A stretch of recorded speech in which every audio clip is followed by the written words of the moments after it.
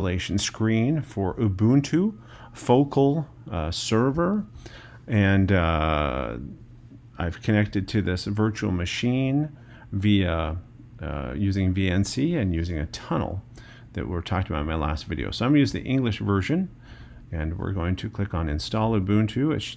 It's a pretty straightforward wizard here. Yeah, go ahead. English is the keyboard layout.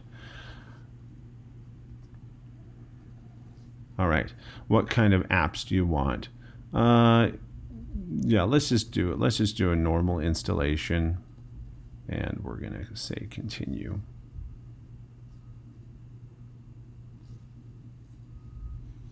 Okay, in this particular instance, we're just going to have it erase everything on the disk. Now remember, this is my virtual disk. In this case, it's a 16 gig disk, so we're totally fine erasing it. If you're doing this on your home PC, now you got to be careful, because if you click erase and install Ubuntu, it's going to erase the whole disk. Or you could do something else, but that's more advanced than we care about right now. So I'm going to say install now. It says this is how we're going to format the disk. Are you sure you want to do it? Yes, I'm going to say continue. And so now it's going to ask me, all right, what time zone are we in? Well, I'll choose time zone, and I'll hit next, continue. Then it's going to ask for my name, and probably for my students, I'm going to suggest that you keep your username the same as your CIT username.